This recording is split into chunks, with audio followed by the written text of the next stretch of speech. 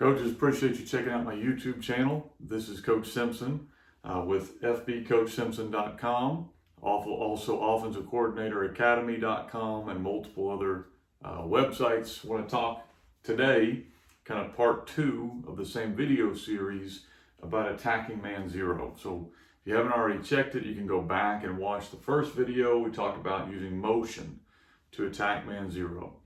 In the future videos, we're going to talk about using empty and shifts, bunch looks, and the QB run RPO game to attack man zero. But in this video, we're going to talk about using what I call 2-for-1 blocks or edge perimeter blocks to take advantage of teams playing man zero. You're starting to see this a lot of times at the NFL level. If you watch a lot of San Francisco 49ers footage, they do really well with this. The Chiefs do a little bit of this. The Buffalo Bills are showing this at the NFL level. It's been going on at college level and high school level for a long time. So the philosophy behind this for me is that if a team is playing man zero against us, that I don't have to block the defensive back guarding the receiver. If we run any kind of in-breaking route, he should cover him. So in-breaking routes to a defense look a lot like crack blocks or blocking the second guy inside. And so we teach a lot of our receivers, if we get this kind of look, a lot of times we'll go and block the first guy inside of us. If the DB does not run with us, then we understand that, hey, play action's available to us, or they're not really in man. They're either in man and they're doing a really bad job, or they're not really in man. So we're making assumptions that they are in man and they are going to run with the guy they're responsible for. Okay, and if they don't, then you have even better options available to you in play action and passing game. So with those assumptions being made, one of our favorite things to do is bunch up our receivers on one side of the field. It could be 3 or 2. I just kind of drew up a typical set for us in our offense. We would call this brown, but basically it's trips to the right, all right?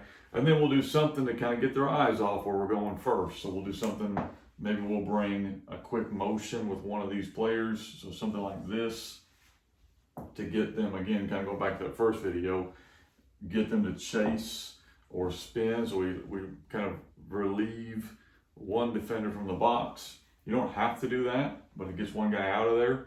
And then we're going to block the first thing inside. So pin and pull has become a huge thing that we like to do in this. So you may go something like this, where we go first thing inside. I recognize you're asking maybe an H-back tight end type kid to block a defensive end, but you're not really asking him to shove that guy upfield. It's just a seal block. Block down and make sure that that guy doesn't get outside of you. If he wants to run upfield, we're okay with that. Okay? And by doing this is going to allow us a lot of times to get this kind of pin and pull type action that we get. And these two guys, remember, are responsible for those two receivers. So when they see those guys going inside, their first instinct should be to get kind of lost in that trash. They get lost in this trash. So we're getting what I call a 2-for-1 block. I'm going inside and I'm blocking a box player. Okay, if you don't want to block a D end, you could possibly go ahead and send him to the second level player here and deal that out differently. But I'm going to go in and block a box type player.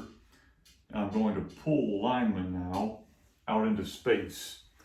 That's a good play against any defense. Obviously, you can see my shirt is something we like to run against any look. But it's a really good play against man zero teams because, again, these defenders should be eyes locked on to who they're covering. So when that happens, at least for a few steps, they're going to kind of get lost in there. And if it's a second level down block, like we're blocking a guy like a linebacker or a safety, they'll carry him even farther. So a lot of times it's a really good way to get edge runs, be that pin and pull to the strong side or jet sweep or whatever that might be. Instead of trying to run guys off and still being low in the box, a lot of times you can take those receivers, go inside, and they are getting what I call a 2-for-1 block. So it's a really easy way to use your receivers to go gain a kind of a +1 in the run game by taking advantage of the fact that the defense is playing man to man or man zero.